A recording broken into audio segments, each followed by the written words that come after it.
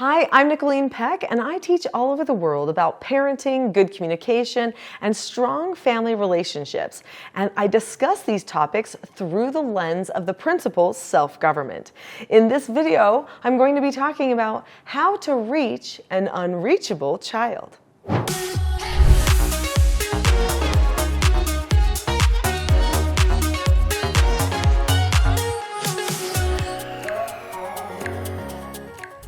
Many children are closed off to their parents, and parents really sorrow because of this. I know that it can be very difficult. In this video, we're going to talk about why this happens, which I think will give you some insight into what you can do about the problem, but I'll also be sharing with you some key strategies that you can use to help reach that child that just doesn't want a connection with you.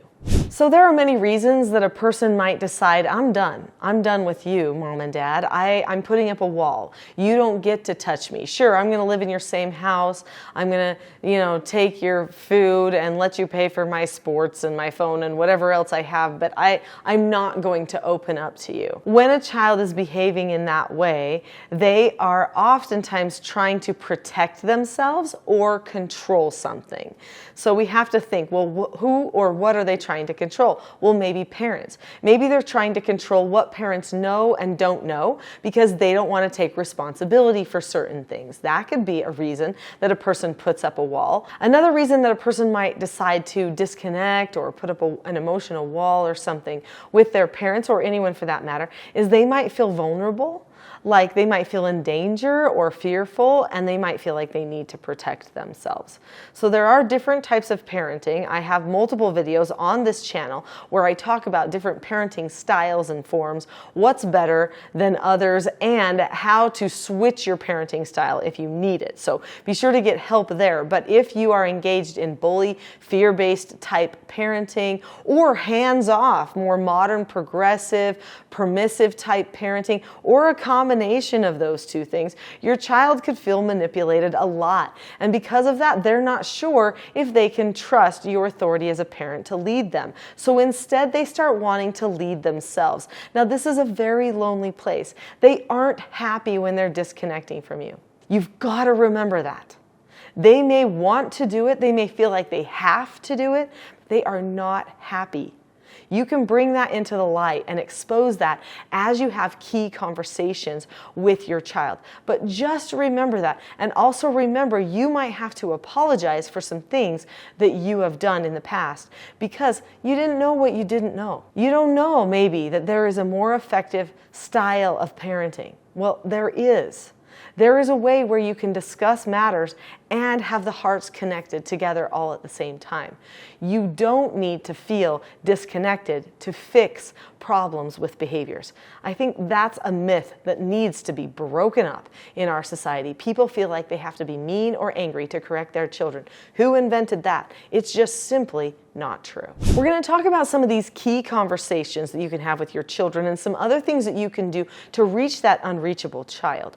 But before we do that, subscribe to this channel. There are so many videos here on this channel that are going to help your heart and their heart connect. Because here's the thing, to reach an unreachable child, it takes a change of heart. That's what it really means to self-govern, is for a person to have a heart change. This whole channel is dedicated to helping you and your children's hearts come together by having changes of heart. So click the subscribe button now. So let's talk about how to go about starting to reach that unreachable child. Because you love them, don't you? But when they're behaving that way to you, do you ever take it personally? Does it ever bug you, frustrate you? Well, if you start feeling those things and then use any emotion or thoughts to feed those feelings that you might be having, you actually could be disconnecting from the child too. That is not going to help you connect. It won't help you feel understood. So it starts with you, with your own ability to assess what's going on inside and make a change.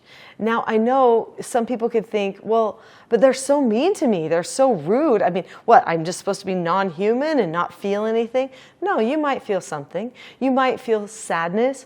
You might feel sorrow. You might feel frustration. You could even feel anger. Feelings are real. They're part of being a human, but catering to every feeling is not productive. And humans get to make decisions. So they don't have to cater to every single feeling that they have. They get to choose. You get to choose. So the question is, what will you choose? Because you get to choose the thought that happens right after the feeling. And then that thought is what leads to the emotional response or the action. So essentially, you get to choose your actions. So if you know that, then you can say, okay, when they are being mean to me and attacking me, or they're not listening to me, I might say to myself, I feel frustrated. What is a productive thing to do with that frustration? Well, maybe I acknowledge that's frustration. Of course, a normal person would feel frustrated right now. But this person needs me to teach them something. They don't know what they don't know. They don't know how to behave in a way where they can be understood, and I need to teach them how to do that. So I'm going to acknowledge who I am as the mother or the father in this relationship, and I am going to decide that teaching this is what I want to do right now. I'm going to embrace it. Now I can be calm. Now I can think of myself doing exactly what it is that I was meant to do as a parent in this relationship. And now I can start having a productive conversation with my child. So what does that productive conversation look like? Well, it's usually a one-on-one conversation. You don't want to be having these conversations in front of a group. You don't want to make a public spectacle of your child all of the time. I mean, sometimes things need to be corrected in public, but this is one of those things that is a heart matter. It's a relationship matter, and it really needs to be just the two of you having that conversation. So do what I call a parent counseling session. And this doesn't mean you call a counselor. This means that you two counsel together. That's what it means. So you decide to have maybe a drive together, go for a hike together, sit on the porch of your home and eat an ice cream or something. You decide to have this one-on-one moment where you talk to them about what you see happening. Say, do you feel the distance in our relationship? That's a good evaluation question. They might be like, yeah, or no, or whatever. If they say no, then you say, well, I do. Why do you think there's distance in our relationship? Start asking questions. But if they say yeah, say, I do too. That's not how I want our relationship to be. Do you? And they might be like, I don't care, or whatever, because they're being disconnected, right? And say, well, you might not care, but I think lots of times when you feel like you don't care, it's because you've given up on caring. You cared before and nothing happened, and I apologize if you did care before and I didn't get your clues and nothing happened to fix the problem, because I do want to fix the problem. Why do you think we're having this problem of not communicating or connecting well with each other? Then discuss that if you can. And then say, all right, so where do we go from here? So you then have a conversation with them about what they want out of their relationship with you. What do you want our relationship to be like 5 years from now, 10 years from now? You ask them. And start to create a picture of who you're becoming together. Then you share your side of it. Then you create a plan. So what is the plan going to look like? So what does the plan look like then? Well, the plan looks like, how are we going to communicate with each other on a daily basis? How are we going to solve our problems together? And how are we going to maintain that we stay focused going in the direction that we want to go? So number one, we've got to have a plan for family communication. We've got to have a way that we know that we will talk to each other, a certain type of a feeling or a tone that goes with that communication, and skills that we can utilize as we are communicating on a daily basis. So there are certain skills that parents should be using regularly, such as the skill praising. You should be praising your children 6 to 10 times for every one time that you correct them. Most parents do not praise the good as often as they talk about the bad. You should be praising your children. That's a good communication thing. And did you know that the child should be expressing gratitude to you too? And that could mean praising you as well, but coming from their position, their role. You also need to be able to prepare each other for success. So there's a skill I use for that called pre-teaching. When a person pre-teaches another person, they prepare them for what they need for the future success, so that then later they can correct it. They also prepare the child for exactly how things will be corrected. So there are certain skills and principles that I teach my child so that they know how we're going to solve problems. This is all part of that communication. Remember, the second thing was, okay, well, how do we actually solve problems as a family? Well, when we solve problems, we have to understand what skill we're trying to go back to as our baseline.